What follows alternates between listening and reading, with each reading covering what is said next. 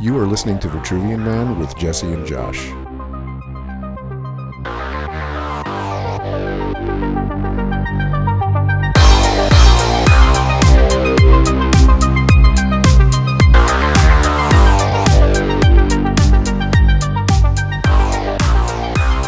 Welcome back to Vitruvian Man.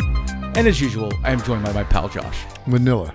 How you doing? Doing pretty good. And you? Good to see you. Yeah, good to see you too. It's been some bad weather, but been some sucky. Like you were saying, it's just hot. Like 4 or 5 days ago, it was pretty blazing hot. 88. It was like 88 at our house. That's pretty crazy. It's ridiculous. I don't know what to say about that. And now it's what? I guess it's probably in the low 60s today. But yeah. Last week we told you we were lucky enough to go see Wu-Tang in a couple months, and then we just bought our Cypress Hill tickets. I am so stoked about that. Oh. We've got 3 good ones coming up. Dude, it's gonna be a hip hop summer. Hip hop summer, and K&D in September. Kruder and Dorfmeister. That's gonna be so only good. the like trip hop aficionados will probably remember Kruder and Dorfmeister, but boy, was that an important album to me in the '90s. The K&D sessions. Yeah. Oh man, and they're doing the whole thing, right? They're doing it with live orchestra. Band. That's gonna be so with fucking a band. dope. That we saw them a few months ago, and it was amazing. No, we saw Orbital. My wife and I. Oh, you saw K&D. We saw K&D. Oh, I didn't know that. Where'd you see them? We saw them at the same place, at the the place in the city. The Midway? The Midway. Oh, I didn't know that. And they opened for Thievery Corp. Oh, I know who you said was lame. They sucked. Oh, that was only a few months ago. It wasn't that long ago. Oh, okay, I didn't know that. But K&D blew the fucking doors off. Holy shit. Like, it was so good. I'd be jacked to see those guys just on decks, but the fact that there's going to be a band there, that just raises it up to a whole other level to me. It is going to be so awesome. It's at the Fox, right? Yeah. Yeah, that's going to be, we got some good stuff coming up. And I got to talk you into Napalm Death and the Melvins. Melvins touring with 2 drummers. Oh, I kind of want to see that if I can work it out. Yeah. June might be a little weird, but okay. I would be into seeing both of those bands. All right, we'll talk about it. The Melvins. I mean, I think we talked about last week Melvins opening for Rush. Yeah, I was on way too much mushrooms, so this time you could see him sober. I'll see him, sober-ish. Yeah, and that venue's really nice too. California sober. Yeah, yeah. All right, so this week we have an interesting fellow. Yeah, this fucking guy. I always kept saying to myself Julius Evola, like it rhymes with Ebola, but it's Evola. Evola, yeah. Okay. I mean, the Euros pronounce every syllable, no emphasis. Oh, right. Would you describe him as a philosopher? How would you describe Evola? Yeah. I mean, kind of like I hate to use this term, but a dark philosopher of sorts. What's weird is that, and I was talking about this. There's a whole bunch of New Age people that think highly of him because he wrote a lot of stuff, kind of consolidating Eastern thought and magic from the late 1800s. So he was influenced by Tibetan Buddhism. He was influenced by, the fucking Hindus, of course, but also Blavatsky, Crowley, and that whole fucking crowd. Did you say that he wrote about Buddhism but didn't really understand it? He, well, let's get into it because I got a bit on that because he Buddhism saved his life at one point. So he felt a debt to Buddhism, but he fundamentally misunderstands what Buddhism is really about and pitches it to the right. How did it save his life? Prevented him from killing himself. Oh, he was suicidal. He was going to kill himself. Yeah. Okay. There was a point in his 20s where he was like, I don't know what the fuck's going on. And he was going to kill himself. And this Buddhist text brought him out. I couldn't find which one, but it was something that I have it written. So we have Buddhism to thank for this asshole living. Thanks a lot, Buddhism. Bitches. Yeah. Bastards. It's so weird seeing Buddhism get fucking co-opted by the right. There's this group, in, I think it's Burma, that has kind of these weird ultra right wing Buddhists. And then there's this weird movement I saw back when I was on Reddit. There's this weird right wing Buddhist group I just don't. It doesn't make any sense. I mean, because if Buddhism, I just said brutalism. If Buddhism is rejecting, let's say, the desire, that's what's a tenet of Buddhism, right? You must eliminate the desire to eliminate suffering. Isn't capitalism and right-wing ideology kind of intertwined? Well, they don't necessarily put it towards capitalism. Right. It's just they don't like. I think it's more about sanctity of life. They're okay with killing people. Weirdly, like it's just and perhaps they think of it all in terms of karma and being an instrument of karma.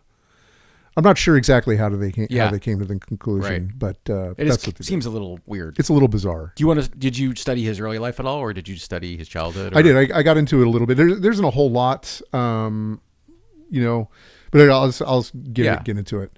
So he was born in 1890. Julius Evola, born in 1898, died in 1974. There was actually it was an hour plus video of an interview with him. I couldn't get into it because it was all subtitled and I just didn't have time. But I kind of want to watch it. What's his native language? Italian. Okay. Yeah, he's hella Italian. So he's born in Rome to devout Catholic aristocrats, although I question that. I think that he called himself an aristocrat in order to kind of make himself feel good about himself. And this kind of elitism feeds into his idea of caste, not caste, down the road. Like you said he had very specific thoughts about the caste system, and so obviously that will inform his later ideology. This definitely falls into it. He called himself a baron, although there's really no true evidence of that. I mean, it's starting to sound like Elon Musk. A little bit. I mean, he's kind of like a blend of Elon Musk and Nick Land, although he's a lot smarter than Elon Musk, and he actually has some skills. And yes, he's a very smart guy, very well read. Agree or disagree, he's absolutely a lot smarter than Musk. Yeah. So okay, got into engineering. He studied engineering, and at some point he quit. And at that point he got into art. So he was really into doing arts, painting, literature, poetry, and philosophy. He was really well read, well studied, and rounded in the arts. Like he was actually, like, I saw some of his stuff. It wasn't too bad. It was very much in the futurist kind of model of things. You said painter? Is that what you said? Yeah, painter. Okay, got it. Yeah. He was associated with the futurists until he decided that, this fucking blows me away. It was two nationalists and advocated for industry, and he was not about industry. So that's one of the things that separates him from the true fascists. So I'm having a hard time picturing futurists. Is that kind of abstract? If you look at it, there's definitely some like cubism to it, but it's also very Italian, and it's you can tell that it was going to become brutalism. Okay, right? Is art at that time nationalist, like the way that Russian art would have been nationalist? Well, the futurists very much were. Okay, the futurists were very much about. So I got a little bit on here because I knew that was going to be a question. Okay. So the futurists, it's an artistic and social movement that emphasized dynamism, speed, technology, youth, violence, and industrialism. It glorified modernity with the aim of bringing Italy out of its past and into its future. And it's definitely, like, if you look at it, you can tell brutalism and that kind of fascist artwork is represented there. It moves into that from there. Okay. So it's pretty neat, and you would recognize the style if you saw some. Yeah. So he fought in World War I, despite feeling that Italy was on the wrong side because they were fighting against Germany. Yeah. Why are we fighting against Germany? They're the good guys.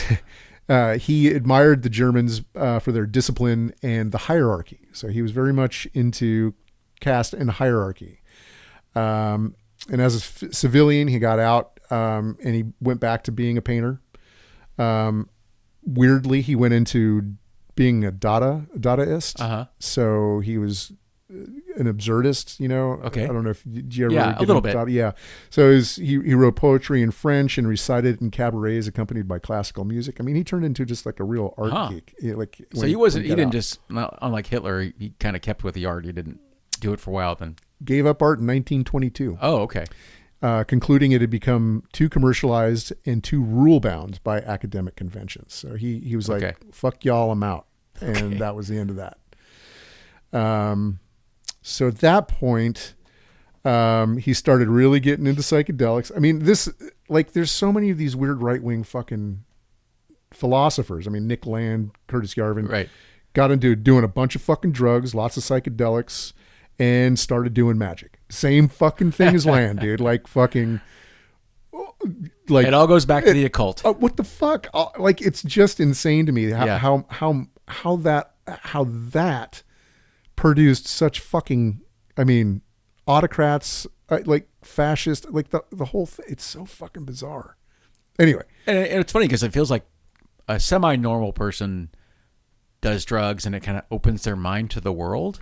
right. Whereas less common and maybe more abnormal is to hone your fascist, racist ideology after you use a bunch of drugs. And it could be the fucking magic. Yeah. Like, it could be whatever they were doing, like, fucked them up while they were on the psychedelics. Sure. I don't know. I do remember, like, I mean, I've talked about this before. I remember fucking people doing just tons of drugs and getting all crazy on the magic. And Right. And some of them never came back. Yeah. Like, truly never Absolutely. fucking came back. So at this point, he kind of lost his bean. And he was on the verge of killing himself until he read a Buddhist text, couldn't find which one, that dealt with shedding all forms of identity other than absolute transcendence. So, yeah, that's Interesting. a narrow reading of Buddhism as far as I can tell. Yes. And so then he really started getting into what he called supra-rational studies. So he really got into the occult, Oriental studies, focusing on Tibetan tantric yoga, alchemy, magic, as well as all the stuff, all the Hindu stuff. 'Cause Right. He was definitely into how that was set up. His philosophy in general was derived from German idealism, Eastern doctrines, and traditional conservatism. Okay. Weird combo, but Yes. you go. And the Indian philosophy is definitely one of those Eastern doctrines that he was studying. So he fucking loved the caste system, and the ideas of the ages or the yugas. So, I mean, I don't know if we talked about this with Bannon, but Bannon is definitely, he's of the opinion that we are currently in the Kali Yuga, which is the age of destruction. This is the end age before you get the renewal and go back into the golden age, because it's The all inevitable age of destruction that precedes an enlightenment. a new golden age. Right. Yeah, because you basically you work your way down. The thing about traditionalists, right, is that instead of like progressives, traditionalists and progressives, and I have to say the techno-monarchists on this point, the traditionalists really believe that the good days were ago. They were in the past. Progressive, which part of the past, or which doesn't epoch? matter. It doesn't matter. There was a golden age that degraded to the silver age, that degraded to the iron age, that degraded to where, whatever, gold, silver, it works its way down. And currently, They're saying that all those reforms or all those progressive movements were bad. Progressivism moves you away from the ultimate past. Okay. You become a degraded person. Humans are degraded. Before there were gods, then there were men. Now there's us. Right? Okay. That's the breakdown. So we move farther and farther away from God. Exactly. Exactly. Okay. Once there were gods, then there were heroes. Yeah. Then there were men, and Okay. now there's blue-haired whatever. Fucking. Yeah. So this is like a lot of this kind of philosophy is what Bannon went for. Like, that's where Bannon comes from, and why he likes Evola so much. So he would cite Evola as an influence. Oh yeah, no, absolutely. He said it. It's out loud. He said it. Right. And I'll get to kind of who I think were influenced, but he's definitely one of the people that was influenced. And then he also influences other people that like go on to influence more current people. So, sure. like this guy, this motherfucker, dude. And all of this, right? All these like concepts of the past being the golden age and we're now in a degraded Kali Yuga. I mean, a lot of this you see with fucking Peterson. Jordan Peterson says the same shit. Right. That we're moving farther and farther away from God. Yeah. And I mean, it's called civilization. Yeah, one hopes. Yeah. Fuck. But he did, like I told you this before we started, but he strove to be the most right-wing thinker possible in the modern world. Interesting. A goal. That's a goal of his. That was his goal, and he made it. He's that fucking Sounds guy. like it, yeah. He's that fucking guy. He wrote 36 books. Wow. Ranging from mysticism, tantra, hermeticism, holy grail. He's a holy grail chaser. Seriously. As in, like, meaning the Holy Grail is real and it's historically verifiable? And if you find it, you get ultimate power. Oh, God. No, he teamed up. I don't know if he was a mountaineer. Like he was a real guy. He was a real guy until he got paralyzed. I'll tell you about that. Oh, boy. But I don't know if he went hunting the Grail with the Nazis, but he was in touch with the people that were doing that. Okay. I mean, the fucking Indiana Jones, dude, it was based on these motherfuckers. Right. And he was definitely involved with it. So I'm pretty dumb about that. Nazis actually hunted for the Holy Grail. Nazis hunted for religious relics of all types. Sure. And they started, I don't know if they started, but one of the places that they were looking was the Middle East for the Grail and trying to pin that down. But they are also looking for shit up in Tibet. So they loved fucking Tibet because they thought that they were part of the Aryan race or somehow connected to the Aryan race on a real level. Can we just take a moment and just talk about how often mental illness and this kind of insanity just go together? I mean, just mental illness and these thinkers, it's like the magic. Dude. Yeah. It's absolutely insane. But if you look, I mean, obviously with Hitler and all of their stuff, they were obviously all about like religion of their own, right? Yeah. And again, the hierarchy of the Nazi regime were on crank. So speaking of drugs and crazy, out of their fucking mind. God, have you ever seen that footage of Hitler on speed at the? No. No, is he talking really fast or what's he doing? I think he's at the Olympics. Okay. He's doing the rock, dude. Oh, is he? Oh, the grit and rock. Oh, okay. Like the thing you recognize in crankheads. Oh my God. Okay. He was like, I was like, damn, dude. Wow. I've seen some fucked up people, but that motherfucker just got shot. Right. It was crazy. So yeah, he Holy Grail, Western esotericism, and traditionalism were all the books. Those were the subjects that he wrote on, and Buddhism. But a lot of there's like serious Buddhist scholars out there that have read his books and they consider his writings as fundamentally misunderstanding Buddhism and utilizing it in the service of right-wing ideology. Okay. So the first philosophical works that he wrote were from the 1920s, and they were dedicated to reshaping neo-idealism from a philosophy of absolute spirit and mind into a philosophy of absolute individual and action. So the neo-idealism,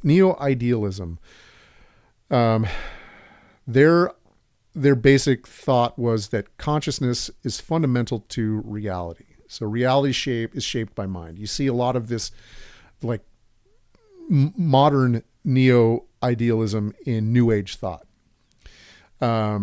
Meaning that like reality is shaped by your mind. Okay. So just fix your mind and reality gets fixed. Essentially, yes. And it's an attempt to harmonize idealism with modern scientific discoveries. So neo-idealism was a take on idealism, which was basically the idea. Idealism is kind of like the idea that there are scientific truths. You can learn them, and there are things that happen. And neo-idealism tried to take the onus off of learning and science and put it onto pseudoscience kind of thing. So a modern version of that is anybody that says, with the quantum field, You know, when they're trying to I haven't heard someone say the quantum field. You've That's never a heard thing? like any No. new Is age. that like an aura, or that's different, completely different? Well, it's when they're trying to blow smoke up your ass, like just straight blow They'll smoke use up that your ass. term. They'll fucking throw quantum in there, or you know, Oh, I see. you know, some Just a strata. catchword. It's something that they can use to kind of, it's pseudoscientific claptrap. It's, you know, Oh, it sounds like pseudo-intellectual too. yeah, If absolutely. you're just using the word quantum without really understanding They what don't it means. understand what it means. Yeah, they don't understand that quantum is something on the very small level. It doesn't transcend that. And Right. they're like, oh, you know, the fucking quantum wave. Okay. Well, Yeah. No. That's pseudoscience. Yeah. So with that, he wanted to update neo-idealism into magical Oh idealism. boy. So, okay. This is I wrote this down, so I'm reading this directly. Ego must understand that everything that seems to have a reality independent of it is nothing but an illusion caused by its own deficiency. Right? So if there's something outside of yourself, it doesn't exist really on its own. It exists because you don't have it within. These are really fucking like heady things, and I have a pretty good understanding of them. Sure. But a lot of it is like, oh man, Oh no, I watched a couple hours of video and I was like, what did I learn there? Like I don't even know. Yeah, it was so wonky. It's like an academic. I'm like, I'm not sure what this is saying. It's super wonky. Yeah. God, I would listen to people like reading. I listen to a bunch of podcasts and people like reading his book. I'm like, you don't have any idea what you just said. Okay. So they would recite it or they would memorize it, but it didn't mean they meant it or understood it. They did not. It was either it just came across and you're like, you really don't understand. And that's the thing with a lot of this kind of philosophy is that you can put your own spin on it, which is why I think the New Agers fall for this shit. Despite its right-wing tendencies, that some of the New Agers, like you said, have adopted it. I don't think that they understand it. Like, Right. I don't think that they understand that there is this right-wing ideology behind it. Well, and as you're going to tell us later, I mean, it gets racist as well. Dude, yeah, the whole caste system thing and spiritual caste and oh god, super fucking misogynistic. Oh, I mean, really? it's super traditionalist. You know, Right. men are men, women are women. I'll get into it because I'm just kind of going through totally. kind of his Josh has many pages. personal philosophy. Yeah. So once you understand that everything is of your mind, it becomes unconstrained liberty. Once you have that realization on a real level, and with unconstrained liberty becomes unlimited power. So a good way. That sounds like libertarianism. I mean, in a way, yeah, you could right, because they're always that saying out we of don't that. want restraints on our freedoms, and right, but that's totally different, though. Or it's more of like a spiritual libertarianism. Okay. I guess would be a good way to put it. as many freedoms as possible. Hella freedoms, Okay, dude. hella freedoms. Copious freedoms. So a good way to like kind of sum that up is God does not exist. The ego must create him by making itself divine. Right. So that kind of sums up that idea of magical idealism. Okay. So after he discovered the power of metaphysical mythology, he advocated for supra-rational intellectual intuition over discursive knowledge. Oh yeah, that. I was just talking about that the other day. Right? What the fuck did you just say? So basically, discursive knowledge, this is a quote from him. Yeah. Discursive knowledge separates man from being. So learning, book learning, education, that's discursive knowledge. Useless. The only knowledge that is actually worth anything is intuitional knowledge. God, that's stupid. Rational, intellectual intuition. That's ridiculous.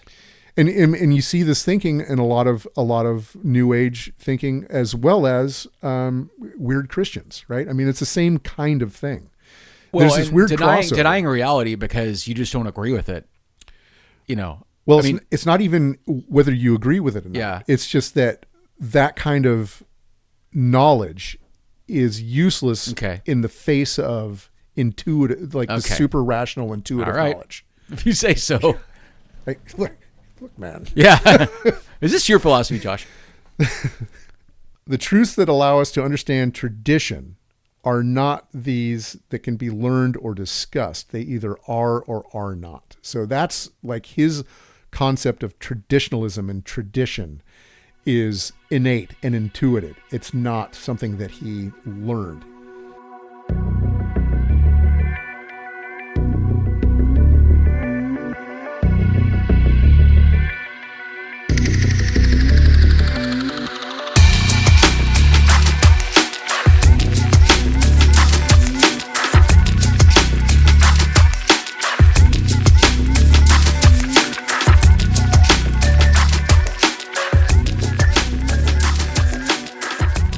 And so, I mean, you can see where all this, there's a whole lot of crossover with ultra right wingers Yeah. and ultra lefties. And tradcaths and all these people that, don't want the Bible, lightened and Right. Well, even modernly interpreted. right. It's pure intuitive knowledge, which is like, I mean, how do you fucking argue with that? No, It's just no way to argue with that's that. lame. And so, I mean, this is, I think, pretty core to Bannon's philosophy. Okay. That's funny because Bannon has like 3 degrees. He was smart as fuck. Yeah, dude. I don't Yeah. know how you reconcile that. It's maybe Had a lot of schooling for a guy that rejects book learning. that is pure intuition. So we can only remember these truths. So it's like you can only remember them, which is what he's calling intuition is remembering. And that happens when we are freed from the obstacles of various human construction, i.e. like teaching, schools, that kind of stuff. Right. Book learning. The fancy book learning. So that's kind of the basis for his ideas and his philosophy. And he, of course, expands on that in some pretty horrible fucking ways into politics. So one of the videos I watched, and the guy seemed a bit, let's say, neutral. I don't think he was trying to ridicule him nor elevate him, just trying to discuss what Evola's concepts were. He didn't, I didn't get from watching that Evola was a defender of Hitler, or at least of some of Hitler's ideologies. Hitler didn't go far enough. See, the thing about What should Hitler have done? So the thing about Hitler and Mussolini, and this is why he considered himself a super fascist, right? Is because those were too open to normies. Like your bourgeois people could fucking get a place in the Nazi party. And if you believe in the caste system, then normies shouldn't be invited to that party. Absolutely fucking not. So he believes in, he believes in a caste system. He believes that there are, let's see, I got it written down here. He believes that there are the Brahmins, I'm going to brutalize this word, the Kshatriyas, the Vaishyas, the Sudras, and the Dalits. And so, plain English, you're looking at the priests and teachers who should lead. And then you've got the rulers and warriors. The priests and teachers actually break it down and like they dictate what happens. The rulers and the warriors are the next class, landowners and merchants. And then you have the servants and slaves. Now the Dalits, I don't know if he had a place for them. So the Dalits are the untouchables in India. They're the ones that basically they lowest of low. The absolute lowest of low. They work in sewer and tanning hides and shit like that. They just do shit work and they're spit on. And there's no crossover in India. He had this interesting concept though, that because a lot of his caste system is based on spiritual caste. So I might be getting ahead of myself, but I'm going to get into it here. So this is so fucking ridiculous. Yeah. His idea of the caste system is that it's a spiritual caste system, and based on where you are spiritually is where you are born. So if you are a highborn a high spirit person, you will be highborn. So you'll be born as, obviously a fucking white person, right? And there's different levels through all that. But if you're a black person, obviously you're going to be fucking born pretty far down on that list,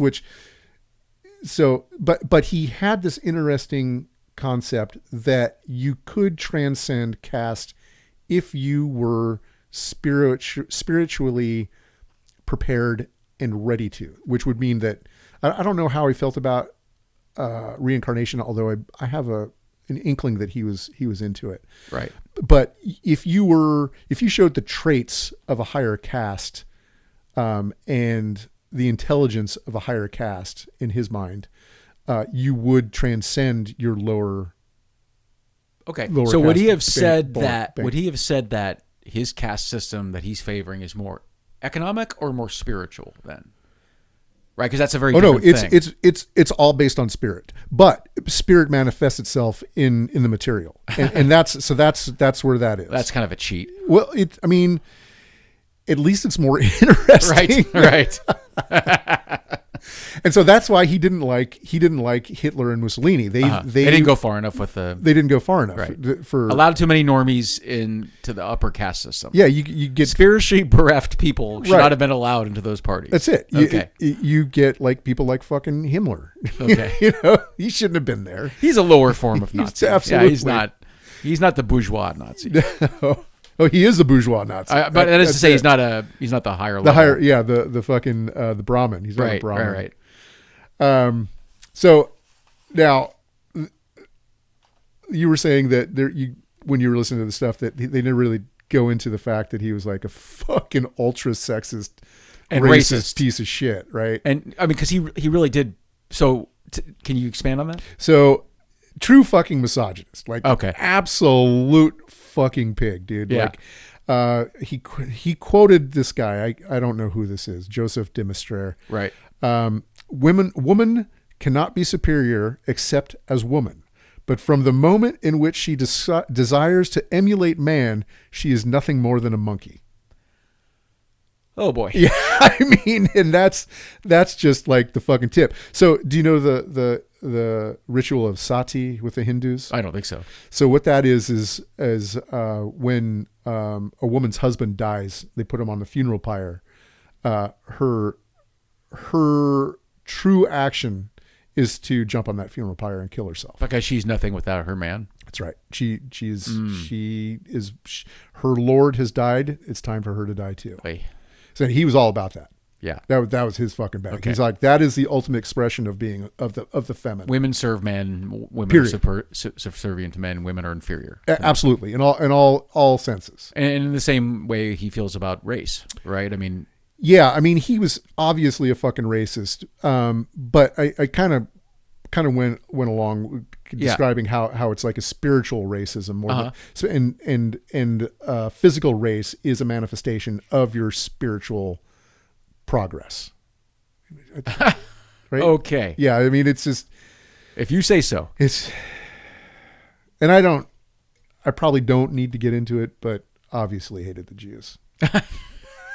I mean, at this point, who doesn't hate the Jews? You know? Well, dude, it's endless. Again with the Jews. Everything with the Jews. Again with the Jews. Yeah.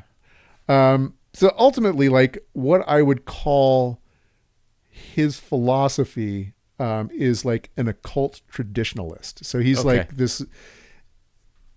He loves traditionalism and the whole concept of it, but it's very occult in the way that it's manifested. Fascinating.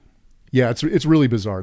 I don't think there's really been anybody like him. I think the closest that we have in the modern world is Nick Land. Right. Really. Who's after, right? He's a disciple. Much after. Yeah. And he probably, I'm sure that he's read. So Land is informed by. I think so. I think so.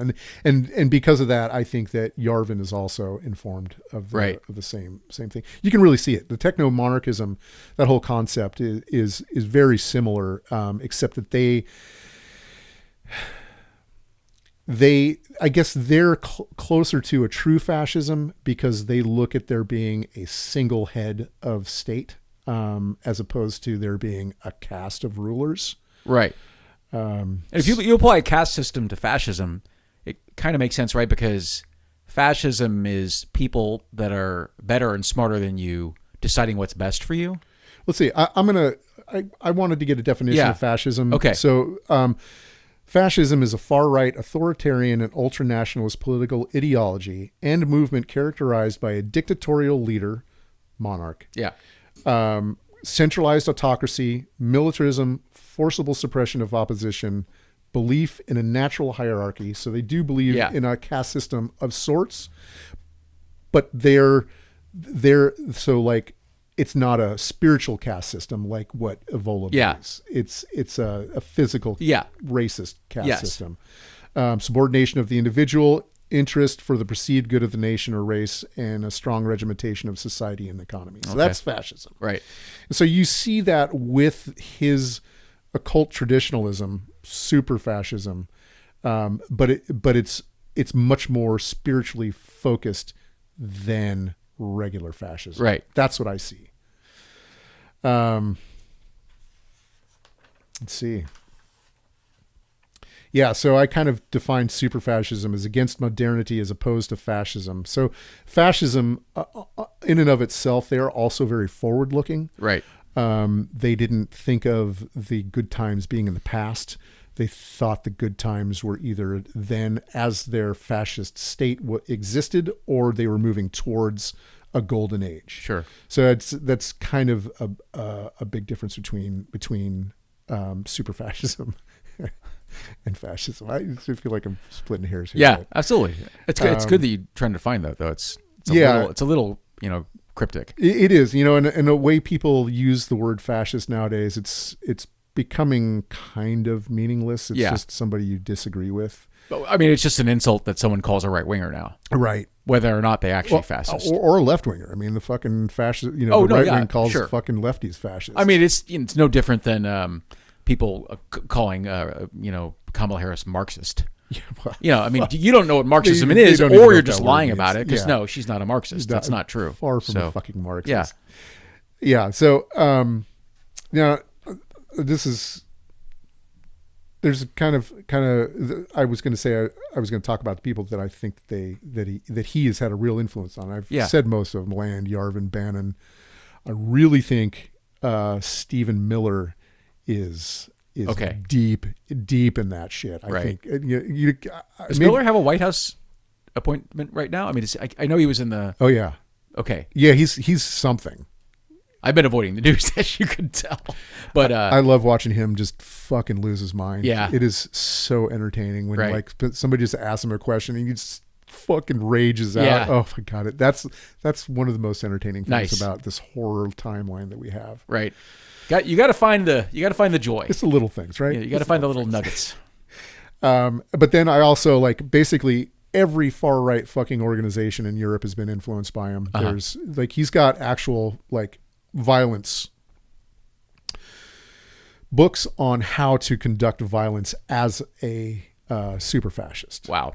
Definitely and he really didn't use that term except when he was defending himself in court like that. I love using that term super fascist, but because he was in court, they were trying him for being in connection with doing some fascists in Italy in the late 50s were bombing shit, and they had him on trial, and he's like, I'm not guilty. I'm not a fascist. Yeah. I'm a super fascist. Yeah, come at me. And they fucking let him go. Oh my Lord. I mean, it was Italy in the 50s, so it was, he had some simpatico fuckers in the government there, but then I also think that most New Age people are influenced by this thinking. That's pretty crazy. Even though, because I don't think that they have gotten into. I just don't think they've gotten. They kind of bid on what they liked and didn't really understand the rest. Right. And I've heard some of those podcasts that I was listening to was like, yeah, I don't really agree with everything he says, but the stuff that I do like, it's like, dude, shit, it doesn't fucking work. His philosophy doesn't work like that. It does not fucking work like that. It's kind of like, I don't agree with Kanye West's anti-Semitism, but damn, that early shit slaps. I don't know if you really can just take from one spot without Yeah, I mean, you're biting off. You're this biting part's out pretty of an good, but the other part's horrible and awful. I actually just don't think they were exposed to it. Right. And Right. but I think, you know, the traditional Protestants, Tradcath people, like I think all of these people have had huge amount of influence coming from him Right. on this weird metaphysical level. Sure. That's pretty much it. That's your notes. That's Wow. my notes. That's our guy. Yeah. Thank you for doing that. I got a couple points that are entertaining to Oh, me. great. One of them is that he wore a monocle, and that just fucking. I just love that. I love. I think we should go back to monocles. I really do. Monocle. You're either a fucking villain or insane. You're a cat or fucking what? Mr. Peanut, right? That's your fucking option. A Bond villain. Yeah, you're a villain or a fucking Mr. Peanut. There's a Futurama bit where there's this fancy, I don't know if it's a cigar store or what it is, but it says on the front, it says, no monocle, no top hat, no service. So yeah, let's bring back the monocle. Bender wears a fucking monocle smoking That's right. cigars. Yeah, that's right. He does wear a monocle. Yes.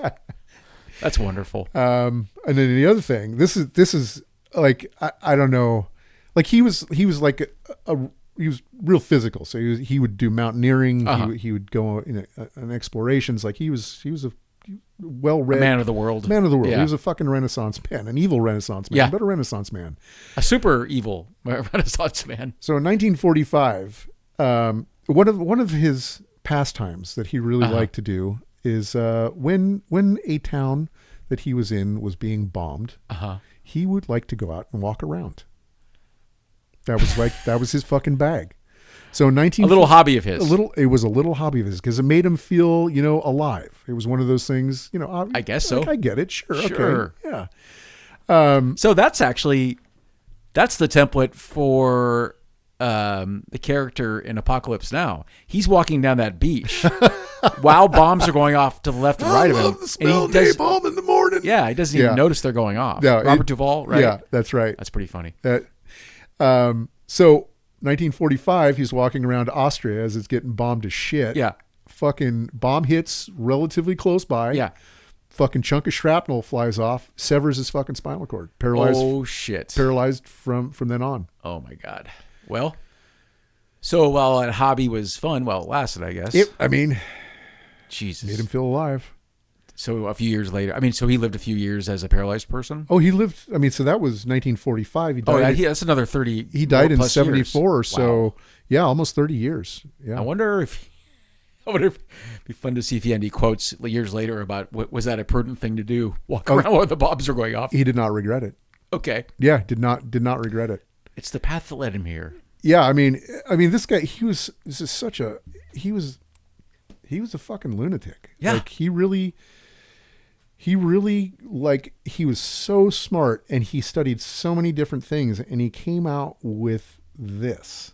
Like, it's insane. Yeah. It's insane to me. And the fact that he lived till 1974, still pretty fucking weird. Yeah, born, you said 1890 or something. 1898. Yeah. So he was only 76 when he right. died. Right. But still, it's like that kind of person was still around. Yeah, in that's a 1974. long. You look at the progress made by civilization in those decades. That's a lot of interesting progress. Yeah, in Italy at that time in the 70s, those were the years of lead. So that was like he was. You said the years of lead? Yeah. What's that? There was a lot of bombings and killings and shit going on in Italy at that time. Oh, okay. Because there was the commies fighting and. Right.